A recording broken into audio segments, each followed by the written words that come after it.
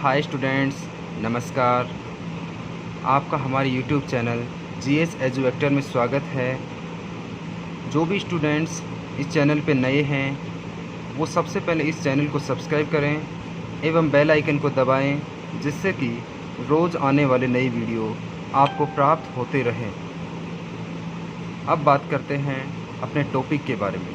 कल अपन acid, base और salt start किया था, जिसके अंदर एसिड के बारे में हम पढ़ चुके हैं।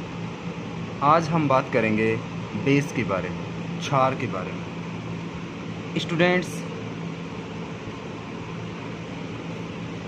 क्षार जो होते हैं वो क्या होते हैं, उनके प्रमुख गुण क्या होते हैं और कुछ मुख्य इम्पोर्टेंट क्षार के बारे में आज अपन स्टडी करेंगे। और इसके बाद पीएच स्केल के बारे में अपन थोड़ा जानकारी लेंगे। स्टूडेंट्स, अब स्टार्ट करते हैं क्षार के बारे में। क्षार जल में घुलनशील सभी भस्म क्षार कहलाते हैं और ये जल में घुलकर OH- अर्थात हाइड्रोक्साइड आयन देते हैं एवं जल को क्षारीय कर देते हैं। स्टूडेंट्स, ये जो क्षार होते हैं वो जल में घुलनशील भस्म होते हैं और ये जल में घुल कर के OH- मतलब हाइड्रोक्साइड आयन देते हैं एवं जल को भी क्षारीय बना देते हैं। अब अपन बात करते हैं क्षार के कुछ प्रमुख गुणों के बारे में। क्षार के कुछ प्रमुख गुण निम्न हैं, जो आपको नीचे दिखाए गए हैं। इनमें पहला गुण है क्षार स्वाद में तीखे होते हैं, अर्थात कड़वे होते हैं। स्टूडेंट्स, अब अपन बात करते हैं दूसरे गुण के बारे में।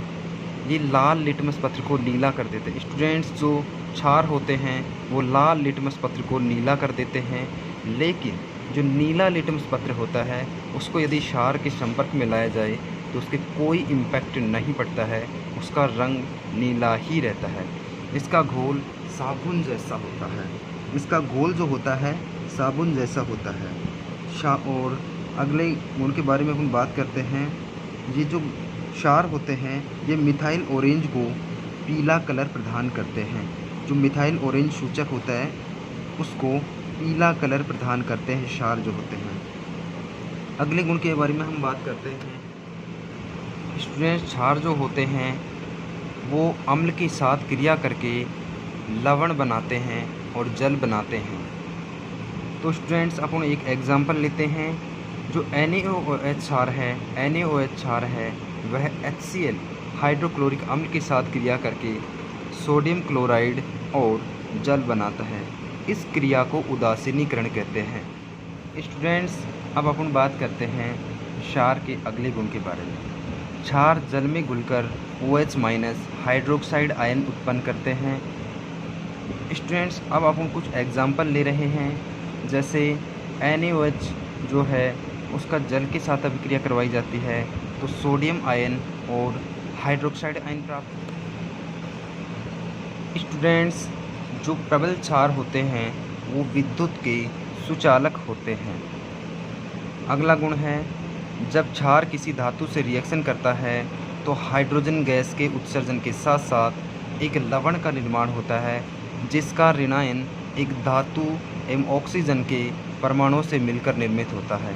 स्टूडेंट्स, जो क्षार होता है उसके रिएक्शन किसी धातु के साथ करवाई जाती है तो हाइड्रोजन गैस उत्सर्जन होता है। इसके साथ एक सामान्य लवण का निर्माण होता है, जिसका जो ऋणायन होता है उसका निर्माण एक धातु एवं ऑक्सीजन के परमाणु से मिलकर बना होता है। स्टूडेंट्स, अब अपन लेकर के आए हैं कुछ इम्पोर्टेंट बेस एवं उनके फॉर्मूले। जैसे हम बात करते हैं सोडियम हाइड्रोक्साइड की, तो सोडियम हाइड्रोक्साइड का जो सूत्र होता है वो होता है NaOH। इसी प्रकार पोटेशियम हाइड्रोक्साइड का सूत्र KOH होता है।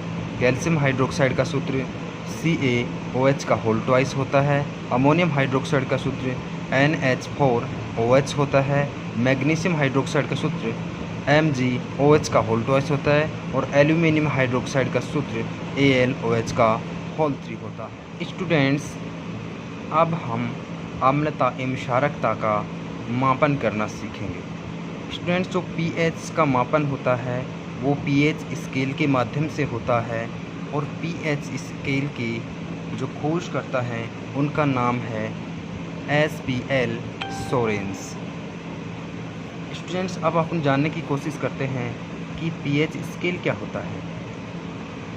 किसी विलयन में उपस्थित हाइड्रोजन आयन की सांद्रता ज्ञात करने के लिए एक स्केल विकसित किया गया जिसे पीएच स्केल कहते हैं, और इसके माध्यम से अपन जानते हैं कि कौन पदार्थ अम्लीय है और कौन पदार्थ क्षारीय है। स्टूडेंट्स, पीएच के अंदर जो पी सूचक है उष्मांश, जो एक जर्मन शब्द है और जिसका मतलब शक्ति से है, पावर से है, कि यह कितना एसिडिक है और कितना क्षारीय है। स्टूडेंट्स, पीएच स्केल से सामान्यतः 0 से 14 तक पीएच को ज्ञात कर सकते हैं। स्टूडेंट्स, नीचे एक चित्र दिखाया गया है जिसमें बताया गया है कि हाइड्रोक्साइड आयन एवं हाइड्रोजन आयन की सांद्रता परिवर्तन के साथ पीएच के मान में परिवर्तन किस प्रकार से होती है। जो ये चित्र है इसके अंतर्गत जैसे ही हाइड्रोजन आयन की सांद्रता बढ़ती है तो एसिडिक नेचर बढ़ती है। यदि हाइड्रोजन आयन की सांद्रता कम होती है तो क्षारीय प्रकृति बढ़ती है। स्टूडेंट्स, इसमें कहने का मतलब सीधा सीधा ये है कि यदि किसी विलयन के पीएच का मान 7 है तो वह उदासीन प्रकृति का होता है, और यदि किसी विलयन के पीएच का मान 7 से कम है तो वह अम्लीय प्रकृति का होता है, एवं यदि किसी विलयन के पीएच का मान 7 से ज़्यादा होता है तो वह क्षारीय प्रकृति का होता है।